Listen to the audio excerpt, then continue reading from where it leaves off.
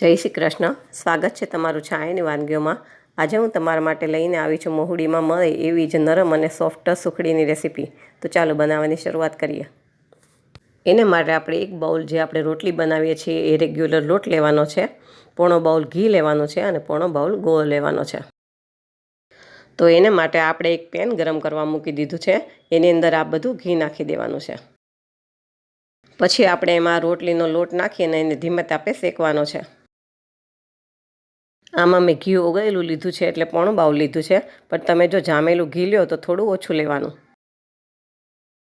આ લોટ શેકવાની આપણે જરાય ઉતાવળ નથી કરવાની. ગેસ એકદમ ધીમો રાખી અને આપણે એને કન્ટિન્યુ હલાવતા રહેવાનું છે. જો તમને મારી વાનગીઓ પસંદ આવે તો મારા વિડીયોને લાઇક કરજો, શેર કરજો અને મારી ચેનલને સબસ્ક્રાઈબ કરજો અને મને કમેન્ટમાં કહેજો કે તમને આ સુખડી કેવી લાગી.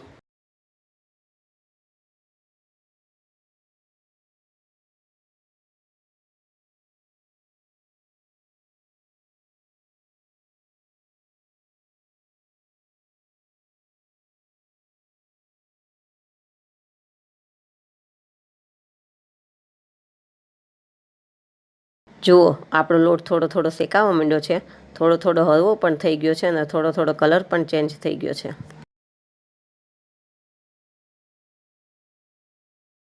આ લોટ આપણે ધીમા તાપે શેકીએ તો એને 8 થી 10 મિનિટ જેવો શેકવામાં ટાઈમ લાગે છે.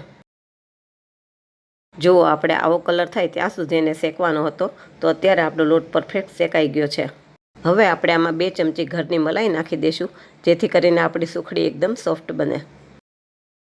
હવે આ મલાઈને લોટ સાથે સરખી રીતે ભેળવી દઈશું. જો તમે આવી રીતે કોઈ દિવસ સુખડી ન બનાવી તો એકવાર ચોક્કસ બનાવજો. આ સુખડી એકદમ નરમ બને છે અને વડીલો પણ આરામથી ખાઈ શકે છે.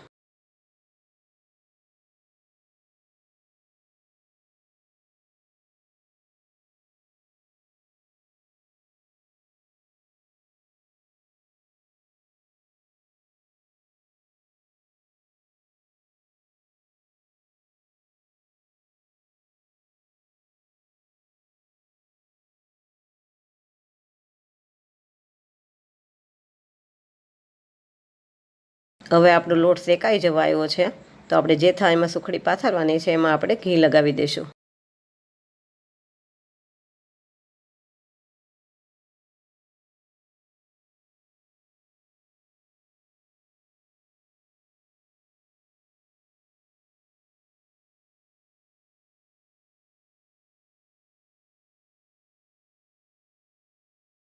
હવે આપણો લોટ પરફેક્ટ શેકાઈ ગયો છે.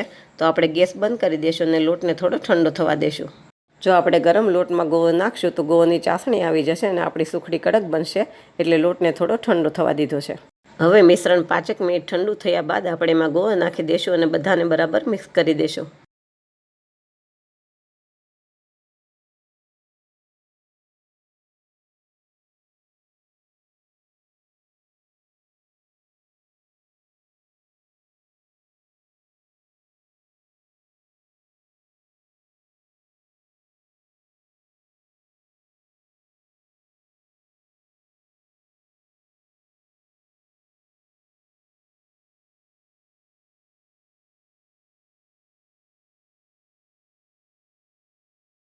હવે આપણો ગોળ સારી રીતે મિક્સ થઈ ગયો છે.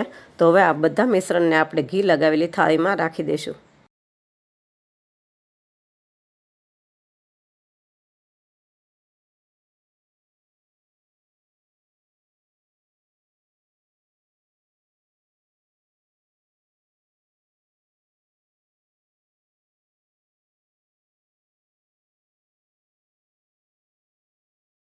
હવે આ મિશ્રણને આપણે તવીથાથી આખી થાળીમાં ધીમે ધીમે ફેલાવી દઈશું.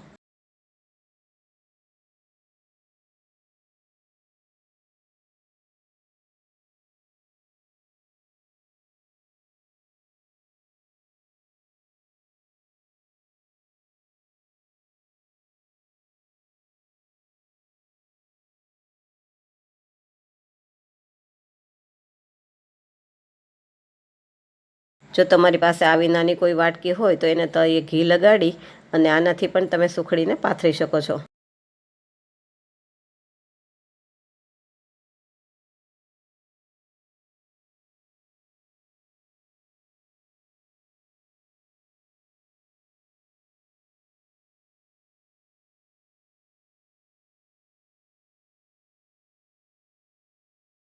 હવે આ સુખડીમાં આપણે ચાકુથી ઊભા અને આડા ચોરસ કાપા કરી દઈશું.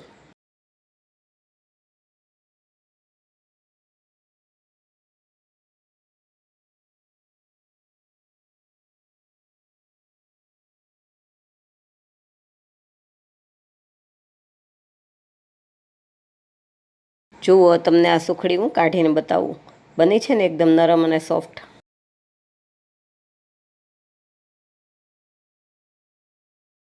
તૈયાર છે આપણી નરમ અને સોફ્ટ સુખડી. ફરી મળીએ એક નવી વાનગી સાથે. Thank you.